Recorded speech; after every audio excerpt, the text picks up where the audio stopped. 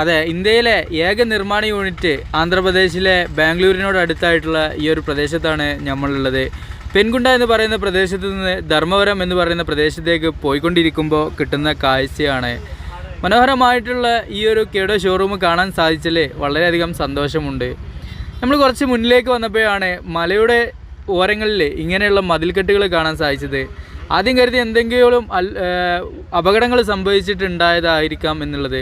പിന്നീടാണ് നമ്മളിവിടെ ഇങ്ങനെ ചുറ്റിക്കറങ്ങി മനസ്സിലാക്കിയപ്പോൾ ഇത് പണ്ട് രാജാക്കന്മാർ മതിലുകൾ വേർതിരിച്ച് അല്ലെങ്കിൽ അവരുടെ സ്ഥലങ്ങൾ വേർതിരിക്കുന്നതിന് വേണ്ടിയിട്ട് ഉണ്ടാക്കി വെച്ചാൽ മതിൽക്കെട്ടുകളാണ് എന്നുള്ളത് മനസ്സിലാക്കാൻ സാധിച്ചത്. ഷോറൂമുകളൊക്കെ തന്നെ പലതും നമ്മൾ കിയയുടെ കണ്ടിട്ടുണ്ടെങ്കിലും ഇന്ത്യയിലെ ഏക നിർമ്മാണ യൂണിറ്റാണ് ഈ കാണുന്നത്.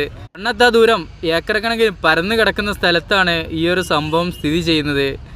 ബസ്സിൽ പോവുകയാണെങ്കിലും 2-3 മിനിറ്റ് യാത്ര ചെയ്യാനായിട്ട് ഉണ്ട് ഈ ഒരു ഷോറൂം കഴിയുമ്പോഴേക്കും എന്നുള്ളതാണ് ഒരു പ്രത്യേകത.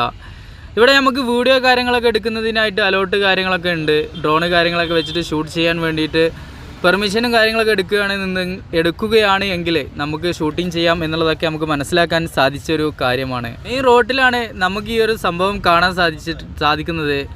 പല ആളുകളും ഷോറൂം കാര്യങ്ങളൊക്കെ കണ്ടിട്ടുണ്ടെങ്കിൽ കൂടി നിർമ്മാണ യൂണിറ്റ് ഈ ഒരു ഏരിയയിൽ ആണുള്ളത്.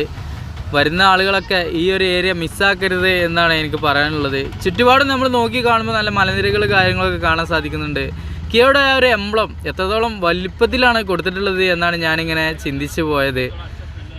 ഫ്രണ്ടിലായിട്ട് കവാടങ്ങൾ കാര്യങ്ങളൊക്കെ തന്നെ നമുക്ക് കയറുന്ന എൻട്രൻസിൽ കാണാൻ സാധിക്കുന്നുണ്ട്. കുറേ വാഹനങ്ങൾ അതിൻ്റെ പാർക്കിംഗ് ഗ്രൗണ്ടിൽ നിർത്തിയിട്ടത് കാണാൻ സാധിക്കുന്നുണ്ട്.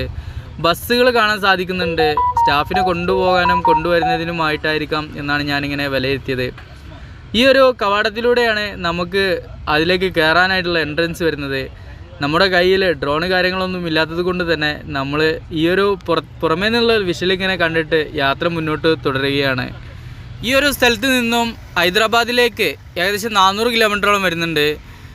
ബാംഗ്ലൂരിലേക്കാണെങ്കിൽ 140 കിലോമീറ്ററേ വരുന്നുള്ളൂ. ഈ ഒരു സ്ഥാപനത്തിലേക്ക് പല വണ്ടിയിലും പല പാർട്സാണ് വരിക എന്നുള്ളതും മനസ്സിലാക്കാൻ സാധിച്ചു.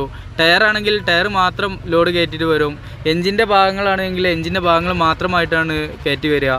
അതുപോലെ സ്റ്റെപ്പിനി ആണെങ്കിൽ സ്റ്റെപ്പിനി മാത്രം കയറ്റി വരും. അതുപോലെ ഓരോ പാർട്സും ഓരോ വണ്ടിയിലാണ് വരിക എന്നൊക്കെ നമുക്ക് മനസ്സിലാക്കാൻ സാധിച്ച്. പിന്നീട് ഈ ഒരു ചുറ്റുപാടൊക്കെ നോക്കി കാണുമ്പോൾ ഒരുപാട് ലോറി ധാബകൾ, ലോറി യാർഡുകളൊക്കെ തന്നെ കാണാൻ സാധിക്കുന്നുണ്ട്. അങ്ങനെ നമ്മൾ ലാസ്റ്റ് ഭാഗത്തേക്ക് വരുമ്പോൾ ഇവിടെ നിന്ന് ലോറിയിലേക്ക് വാഹനങ്ങളൊക്കെ കയറ്റുന്നതൊക്കെ നമുക്ക് കാണാൻ സാധിക്കുന്നുണ്ട്. ഒരുപാട് മലനിരകൾക്കിടയിലാണ് ഈ ഒരു സ്ഥാപനം ഇങ്ങനെ സ്ഥിതി ചെയ്യുന്നത്. ഒഴിഞ്ഞൊരു പ്രദേശത്താണ് ഈ ഒരു സംഭവം വന്നിട്ടുള്ളത്. അതുകൊണ്ട് തന്നെ ഈ ഒരു ഏരിയയെ അറിയപ്പെടുന്നത് കിയയുടെ ഷോറൂം അല്ലെങ്കിൽ കിയ എന്നുള്ള പേരിലാണ് ഇവിടങ്ങളിലൊക്കെ തന്നെ മൊത്തത്തിൽ അറിയപ്പെടുന്നത്. കുറച്ച് മുന്നിലേക്ക് നമ്മൾ വന്നപ്പോൾ ഇതുപോലത്തെ കാഴ്ചകളാണ് കാണാൻ സാധിക്കുന്നത്. കാറ്റാടി പാടങ്ങളൊക്കെ തന്നെ ഇങ്ങനെ കാണാൻ സാധിക്കുന്നുണ്ട്. എല്ലാ മലക്ക് മുകളിലും കാറ്റാടി യന്ത്രങ്ങൾ സ്ഥാപിച്ചിട്ടുണ്ട്. മെയിൻ റോഡാണ് ഈ കാണുന്നത്.